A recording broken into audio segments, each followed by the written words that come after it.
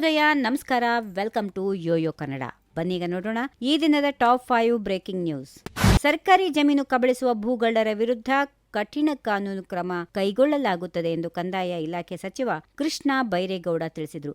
ಭೂಗಳ್ಳರ ವಿರುದ್ಧ ಕಠಿಣ ಕಾನೂನು ಕ್ರಮ ಜರುಗಿಸಲು ತಿದ್ದುಪಡಿ ಮಾಡಿರುವ ಕಾಯ್ದೆ ಈ ತಿಂಗಳ ಅಂತ್ಯದೊಳಗೆ ಜಾರಿಗೆ ಬರಲಿದೆ. ಇದುವರೆಗೂ ಸರ್ಕಾರಿ ಜಮೀನು ಕಬಳಿಸಿದವರು ಕಾನೂನಿನಿಂದ ತಪ್ಪಿಸಿಕೊಳ್ತಿದ್ರು. ನ್ಯಾಯಾಲಯದಿಂದ ತಡೆಯಾಜ್ಞೆ ತರುವುದು ಸೇರಿದಂತೆ ಹಲವು ದಾರಿಗಳಿಂದ ನುಣುಚಿಕೊಳ್ತಾ ಇದ್ರು. ನೂತನ ಕಾಯ್ದೆಯಲ್ಲಿ ಹಲವಾರು ಕಠಿಣ ಕಾನೂನು ಕ್ರಮಗಳನ್ನು ಸೇರ್ಪಡೆ ಮಾಡಿದ್ದೇವೆ ಎಂದು ಹೇಳಿದರು.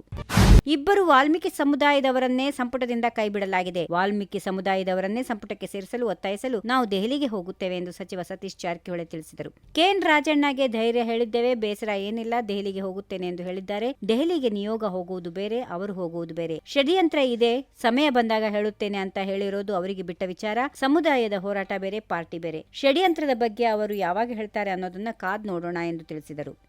ಸಚಿವ ಸ್ಥಾನದಿಂದ ಕೆಎನ್ ರಾಜಣ್ಣ ಅವರನ್ನ ವಜಾ ಮಾಡಿರುವ ವಿಚಾರಕ್ಕೆ ಸಂಬಂಧಪಟ್ಟಂತೆ ಮಾಜಿ ಸಚಿವ ಶ್ರೀರಾಮುಲು ಕಿಡಿಕಾರಿದ್ದಾರೆ. ಪರಿಶಿಷ್ಟ ಪಂಗಡದವರನ್ನ ಟಾರ್ಗೆಟ್ ಮಾಡಲಾಗುತ್ತಿದೆ. ರಾಜಣ್ಣ ಏನ್ ತಪ್ಪು ಮಾಡಿದ್ರು? ರಾಜಣ್ಣ ಒಳ್ಳೆ ಕೆಲಸ ಮಾಡಿದ್ದಾರೆ. ರಾಜಣ್ಣ ಪರವಾಗಿ ಇಡೀ ಸಮಾಜ ನಿಲ್ಲುತ್ತದೆ. ಕೆಎನ್ ರಾಜಣ್ಣ ಬದಲು ಜಮೀರ್ ಇದ್ದಿದ್ರೆ ವಜಾ ಮಾಡುತ್ತಿದ್ರಾ ಎಂದು ವಾಗ್ದಾಳಿ ನಡೆಸಿದರು.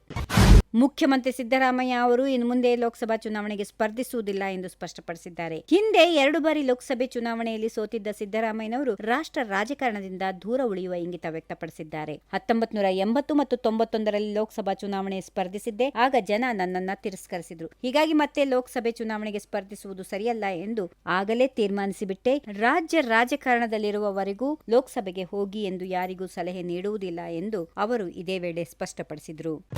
ಚಿತ್ರದುರ್ಗ ಮೂಲದ ರೇಣುಕಾಸ್ವಾಮಿ ಹತ್ಯೆ ಪ್ರಕರಣದಲ್ಲಿ ಆರೋಪಿಯಾಗಿರುವ ನಟ ದರ್ಶನ್, ಪವಿತ್ರ ಗೌಡ್ ಮತ್ತು ಇತರರಿಗೆ ನೀಡಿದ್ದ ಹೈಕೋರ್ಟ್ ನೀಡಿದ್ದ ಜಾಮೀನು ರದ್ದು ಕೋರಿ ಕರ್ನಾಟಕ ಸರ್ಕಾರ ಸಲ್ಲಿಸಿದ್ದ ಅರ್ಜಿಯ ವಿಚಾರಣೆ ಸುಪ್ರೀಂ ಕೋರ್ಟ್ನಲ್ಲಿ ಪೂರ್ಣಗೊಂಡಿದ್ದು, ಅರ್ಜಿಯ ತೀರ್ಪು ಪ್ರಕಟವಾಗಿದೆ.